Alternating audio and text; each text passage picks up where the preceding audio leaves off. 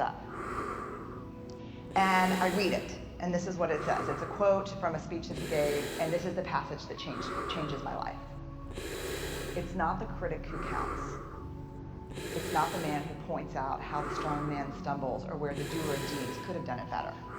The credit belongs to the person who's actually in the arena, whose face is marred with blood and sweat and dust, who, at the best, in the end, knows the triumph of high achievement, and who, at worst, if he fails daring greatly. So the moment that I read that, I closed my laptop, and this is what shifted in me. 3 huge things. First, I spent the last 12 years studying vulnerability, and that quote was everything I know about vulnerability. It is not about winning, it's not about losing, it's about showing up and being seen. The second thing, this is who I want to be. I want to create. I want to make things that didn't exist before I touched them. I want to show up and be seen in my work and in my life.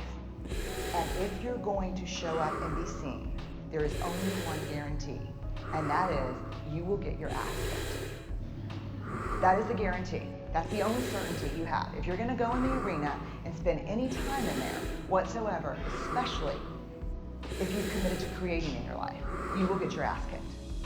So you have to decide at that moment, I think for all of us, if courage is a value that we hold, this is a consequence. You can't avoid it. The third thing, which really set me free, and I think Steve, my husband, would argue has made me somewhat dangerous, is kind of a new philosophy about criticism, which is this. If you're not in the arena also getting your ass kicked, I'm not interested in your feedback. The thing is that people are like, oh, well, we lose a little vulnerability. But vulnerability is not just about fear and grief and disappointment. It's the birthplace of everything we're hungry for. Creativity. Joy, creativity, faith, love. Innovation and all of that, yes. And the whole thing is there is no innovation and creativity without failure. Simply what's okay and what's not okay. What I think we do is we don't set boundaries. We let people do things that are not okay or get away with behaviors that are not okay. Then we're just resentful and hateful. Me, I'd rather be loving and generous and very straightforward with what's okay and what's not okay. So my question is big, B-I-G. What boundaries need to be in place for me to stay in my integrity and make the most generous assumptions about you? But generosity can't exist without boundaries, and we are not comfortable setting boundaries because we care more about what people will think, and we don't want to disappoint anyone. We want everyone to like us, and boundaries are not easy. But I think they're the key to self-love, and I think they're the key to treating others with loving kindness. Men and women with high levels of resilience to shame share 4 things in common. The first is they physically recognize when they're in shame and they know what triggered it. So let's say something happens at work, I make a mistake or something happens. If I can physically say, oh my God, I know that this is shame, I'm in shame, it's very helpful because we are not fit for human consumption when we're in shame. Okay. We need to pull away and get regrounded, take some deep breaths and figure out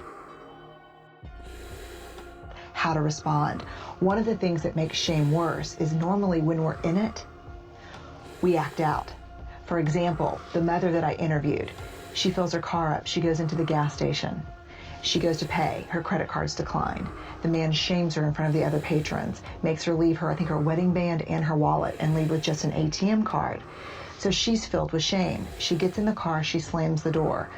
When she slams the door, it wakes up her 3-year-old toddler who's in the back seat, who starts screaming. What happens next? She starts screaming back, shut up, shut up. Right. So now she's in the shame of having this credit card declined, being belittled in front of people, and now having to deal with the struggle of I'm a horrible mom and why am I taking this out on my child? So men and women with high levels of resilience recognize physically when they're in shame and what triggered it. Okay. Then they practice critical awareness. How realistic are the expectations and messages that we put on ourselves or that others put on us that tell us who we're supposed to be? The third thing is men and women with high levels of resilience reach out. We've got to share our story.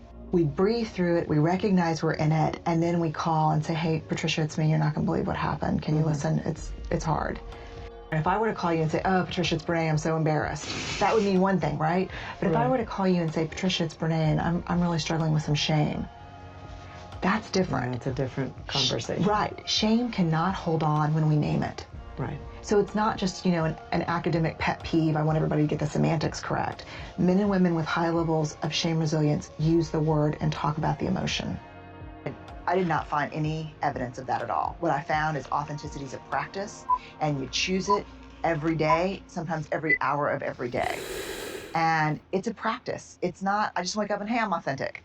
It's that when you walk into a meeting, you have to make the choice. Am I going to show up and let myself be seen? That's a choice. And make that authentic choice, you got to let go. What emerged for me in the data was that perfectionism is not about striving for excellence or healthy striving, which I'm for. Yeah. It's a cognitive behavioral process, a way of thinking and feeling that says this: if I look perfect, do it perfect, work perfect, and live perfect, I can avoid or minimize shame, blame, and judgment. We carry it around thinking it's going to protect us from being hurt, but it protects us from being seen. Let me tell you this real story. This just happened. I spoke at HubSpot last week. Okay, 13,000 people in this Boston Convention Center.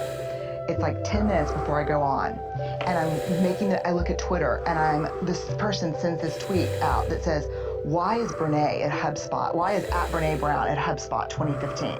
And he had just tweeted like, love Seth Godin, love Amy Schumer, all these people, but why is Brene Brown? And I'm like, oh my God, why am I at HubSpot? What am I doing here? Because shame drives 2 tapes, not good enough and who do you think you are? And I'm like, who am I? Right, snaps, terrible. And so then all of a sudden, I'm like, who is it? Because what happens when you get backed into a corner? My brain is making up the story. When something hard happens and we're captured by something difficult, our emotions get the first crack at making sense of something. A bad look, a hard phone call, a disagreement at work. We think that we're rational beings. We think that cognition is going to carry us through and make sense of it, but it does, emotions driving, thought and behavior are not even in the front seat riding shotgun. They're not even in the back seat. Thought and behavior in the trunk going, hey, and emotions driving. So the first thing we do is we tell ourselves a story that reduces ambiguity about what happened. So, I'm not supposed to be here. I'm not good enough to be here. Men and women who have the greatest capacity for rising strong, in the moment something happens, they hack into that neurobiological process of making up a story. They stop and say, wait a minute, what's actually going on here? First thing is really reckoning with emotion. What am I feeling? And what do I need to know more about? The relationship between joy and gratitude was, if you're joyful, then you should be grateful. But it wasn't that way at all. It was really that practicing gratitude invites joy into our lives. And when I say practice, I think this is the part that really changed my life. It changed my family and the way we live every day. When I say practice gratitude, I don't mean kind of like the attitude of gratitude or feeling grateful. I mean practicing gratitude. There's a great quote that says, it's not joy that makes us grateful, it's gratitude that makes us joyful.